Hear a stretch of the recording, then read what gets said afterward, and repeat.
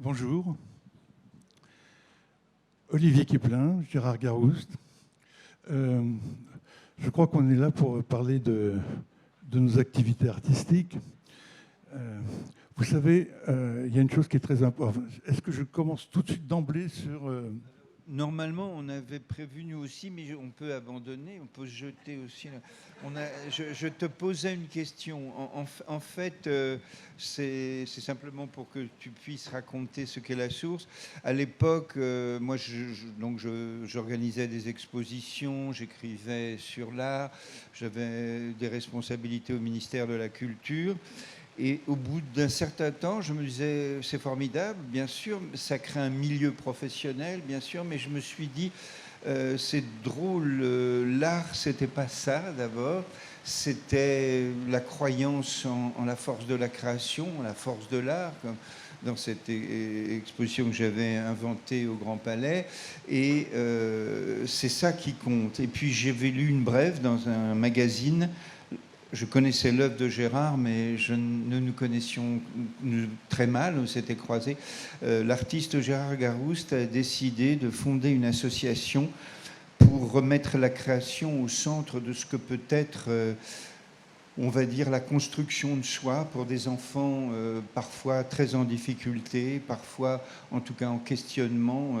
Et il avait décidé avec sa femme Elisabeth, à partir d'un événement qui avait eu lieu près de chez lui, de consacrer une grande part de sa vie, et ainsi que Elisabeth en avait décidé, à faire que la création soit un moyen. Alors, j'ai entendu Walter Benjamin, de remède peut-être pas, mais en tout cas que ça permette à l'enfant de se retrouver, d'avoir de nouveau une sorte de fierté de lui-même, de voir dans les yeux des autres qu'il était reconnu comme quelqu'un qui avait apporté quelque chose, malgré le jeune âge, à ce qu'est une société. Et donc j'avais appelé Gérard et j'avais dit c'est formidable, ça va nous changer du marché de l'art. Et donc on ne va plus parler argent, on va s'occuper de choses plus sérieuses. Voilà. Et donc c'est Gérard et Elisabeth qui avaient fondé ça. Les choses ont commencé comme ça. Dans mon enfance, j'étais dans un tout petit village de Bourgogne, chez un oncle et une tante. Et j'allais à l'école du village, le genre d'école où il y a une seule classe et il y a tous les âges, jusqu'au certificat d'études. Et en fait, c'était un petit village d'une centaine d'habitants et il y avait plus d'enfants de l'assistance publique que des enfants de famille. Et étant enfant moi-même, je connaissais bien les histoires de ces enfants, des histoires que les enfants ne voulaient pas raconter aux adultes, parce que le monde des adultes, ils se confiaient pas aux éducateurs. Et je me souviens très bien de ça. Je me souviens, et j'ai retrouvé ça plus tard, adulte, quand je me suis installé en Normandie, dans un atelier. Voilà, je commençais ma carrière de peintre. Et le maire est venu nous chercher, un jour, en hiver, est venu nous chercher pour nous dire, écoutez, à côté de chez vous, il y a une gare désaffectée dans laquelle il y a une famille, on ne peut pas la laisser comme ça, il n'y a pas de carreaux aux fenêtres. Et en effet, la mère était dans un état terrible. Et puis le père était en prison pour avoir abusé d'une des petites filles. Enfin, c'était catastrophique. On a mobilisé un peu le village et j'ai dit simplement, mais attendez, il y a des éducateurs qui doivent s'occuper de familles comme ça. Et donc, on dit, mais si vous voulez rencontrer un éducateur, c'est pas un problème. En effet, il y a un éducateur pour s'occuper de cette famille. Et l'éducateur, j'étais prêt à le disputer, il m'a dit, mais si vous voulez, je vous fais passer pour mon assistant et vous allez visiter toutes les familles dont je m'occupe et vous me direz quelle est la solution que vous faites, parce que moi, j'en ai aucune. Et là, c'est ça, je vous raconte tout ça pour ce détail-là, c'est qu'en effet, j'ai visité ces familles, une quarantaine, ce matin-là, il y avait une dizaine de familles, mais c'est extraordinaire, c'est-à-dire que j'ai découvert, ça fait il y a 30 ans, un peu plus de 30 ans même, j'ai découvert qu'en fait, que ce soit des communes de droite ou des communes de gauche, il y a vraiment un sujet tabou. On veut parler de grandes idées comme ça, mais la misère comme ça d'une famille, on n'en parle pas. On n'en parle pas. Et c'était une époque où je travaillais, la chance faisait que je travaillais pour le Premier ministre, qui était Rocard, et je lui ai raconté ce que je viens de vous raconter, avec un peu plus de détails pour le convaincre de faire quelque chose. Il m'a mis en contact avec son chef de cabinet et ils m'ont dit, si vous voulez faire quelque chose d'efficace, créez une association. On a créé La Source et voilà comment a commencé La Source. Et maintenant, La Source, il y a une dizaine de lieux. Peux-tu dire ce qu'est devenu La Source ? Oui, alors ça, Gérard dit toujours une chose que tout le monde accepte, mais souvent dans le milieu de l'art, ça se pratique moyennement. C'est-à-dire que l'art, ça sert véritablement à quelque chose. Alors, il y a la fameuse chanson de Julien Clerc, une chanson etc., qui était un tube. Il faut que ça serve à quelque chose. Et parfois, Gérard, en tant qu'artiste, à partir de sa création, est interrogé sur des questions esthétiques, sur son univers. Bien sûr, il répond à ça, mais pratiquement tout le temps, il termine en disant « Mais oui, ça c'est très bien, on a vu cette très belle œuvre d'un tel à Hambourg, on en a vu une à New York, mais au fond, ce qu'il faut, c'est que chacun puisse se saisir de l'art et cette capacité de la création qu'ont les enfants et qu'ont toute personne. » Parce que vous savez, comme moi, que beaucoup d'artistes ont rappelé l'importance de l'enfance de l'art, bien sûr Pablo Picasso, soit au niveau de ce que nous sommes, soit au niveau de notre civilisation. Lascaux, Chauvet n'existait pas à l'époque.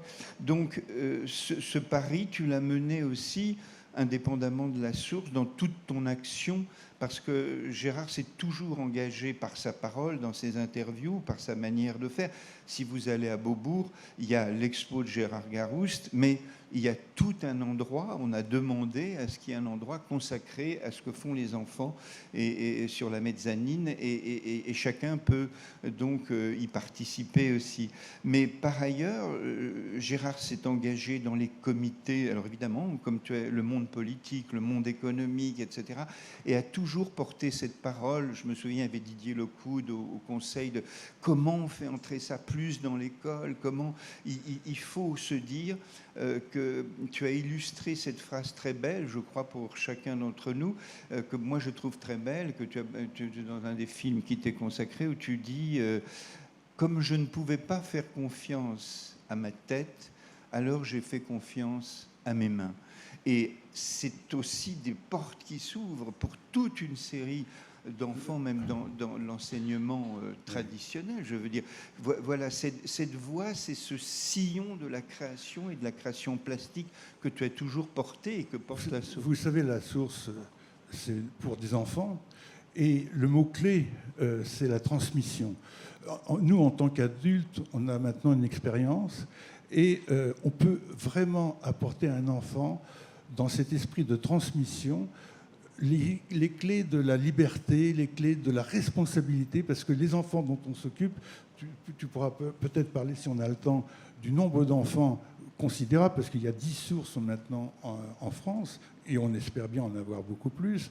Mais dans ces ateliers où il y a systématiquement un éducateur et puis un artiste, et l'idée, c'est pas de faire de tous ces enfants des artistes, mais l'art est un outil pour que l'enfant se fortifie et trouve son indépendance et sorte un petit peu du monde dans lequel il était, qui est un monde passif, un monde où il est dans un milieu social qui est un milieu très très dur en fait. Et donc l'idée de dire mais attends, il faut donner une dimension de l'utopie. Tout est possible. Un enfant, tout est possible. Et l'art a cet avantage, c'est que tu parlais des mains, mais c'est vrai qu'avec les mains, on n'a pas besoin. les enfants, par définition, aiment jouer. Et jouer, c'est déjà de l'art. Voilà en gros ce que je pouvais dire. Je ne sais pas si on a le temps de dire encore quelque chose. Non, c'est fini? Oui, j'ai le timer devant moi, donc nous avons encore 4 minutes 55 secondes, 54, 53, 51. Donc on va essayer d'aller. Donc, pour dire des choses, quelques chiffres tout de même, en tant que président de la Source, un jour m'a demandé d'être Gérard. Ce travail s'est développé au début, il n'y avait pratiquement rien. Dans une petite commune de l'Eure, Breteuil.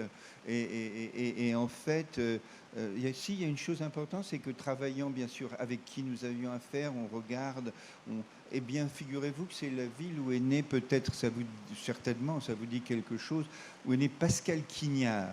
Donc on s'est dit, si déjà il y avait un grand écrivain qui est un grand peintre, et donc on s'est tous mis à travailler avec rien, avec zéro.